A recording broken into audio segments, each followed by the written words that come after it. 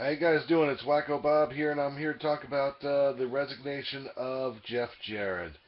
Um, a lot of things can be said about his resignation from TNA. I gotta say this is that when it was finally told to me and everything, I saw it on Bill Apter's Facebook page and everything, and eventually went here to YouTube to listen to what he had to say. And I gotta say that is losing Jeff Jarrett a major loss? Yeah, truthfully, I don't think so. I think Jeff Jarrett was not so much of a loss, at some points. I think he probably got tired of it. I think seeing what was happening to TNA was probably enough for him at that point because let's face it, in the end, did Dixie Carter do right by TNA? The answer is no. And I'll get into a discussion about TNA later, but you know, I don't want to make just that the point, about what I feel is going on with TNA for Jeff Jarrett's resignation. Jeff Jarrett as a talent really was not the best, especially while he was on top. And the other thing is too that I really do believe that he feels that his time with TNA really may have been up. I mean, his time with wrestling may be up. I know he's still an investor in TNA and everything, but as Jeff Jarrett looked at himself now in his 40s and said, for all my years, my 20-plus years I've had in the business, I believe he started in 86 or 87, I'm not sure, I can't remember. I didn't have the fortunateness of following Jeff Jarrett's career, but I gotta say that I do know a little bit. I did get to see of him in Memphis, and eventually when World Class and CWA were kind of working together, I got to see a lot more of him until the USWA got on. Till the USWA got on free TV, or ESPN rather. I don't know. I don't think it's much of a loss.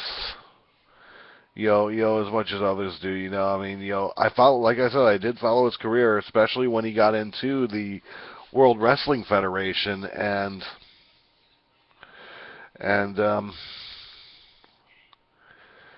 I think Jeff Jarrett probably knew that maybe his best days were behind him.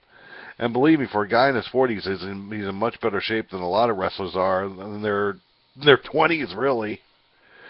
But I think he realized that he probably did peak when he was WCW champion, and then to be the NWA champion / TNA champion, like he did for so long. I think he may have peaked there, and he himself may have been out of gas at that point as far as what he was doing behind the scenes.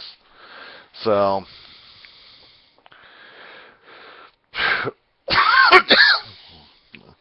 I do wish Jeff Jarrett all the luck in the world, and I know he's not going to go back to WWE, especially if he's still an investor in TNA. And I think Jeff Jarrett will. I think Jeff Jarrett will come out of things all right. I think he will. I think. I think he made a clear, conscious decision, more so to get out of it because maybe he's grown tired of the wrestling business. Wrestling business may not be for him. Jeff Jarrett did do a lot of things, and there are a lot of things I do remember with Jeff Jarrett. I probably liked his time in the WWE the best, and especially his second go around there with the things he did after the whole Tennessee Lee thing ended. But I don't know. Is it a loss for TNA? Probably not. For all we know, I don't know. I don't think TNA is going to make it through 2014 unless Dixie Carter sells that company off to someone who really wants to put the money and the sacrifices into it. I do agree with a lot of people there too on TNA that I think really TNA really let themselves take the biggest hit, bringing in Eric Bischoff and Hulk Hogan. I was led to believe that if anyone knew how to beat Vince McMahon, it would be Eric Bischoff. But let's just face it too. Eric Bischoff, really has never really had an original idea aside from really the whole changing of Hulk Hogan into a heel and forming the NWO, which was the first real kind of invasion angle slash create your own competition stimulus that you really had going on. Which really did shake up the wrestling business, and if you didn't have that, you would have never had the Attitude Era in WWE. Both things Jeff Jarrett got to be a part of, so I think there's some people that'll miss Jeff Jarrett, but if Jeff Jarrett's actually retiring from the business, I'd like to see TNA at least honor him because he was the founder and he was really the last, aside from really AJ Styles and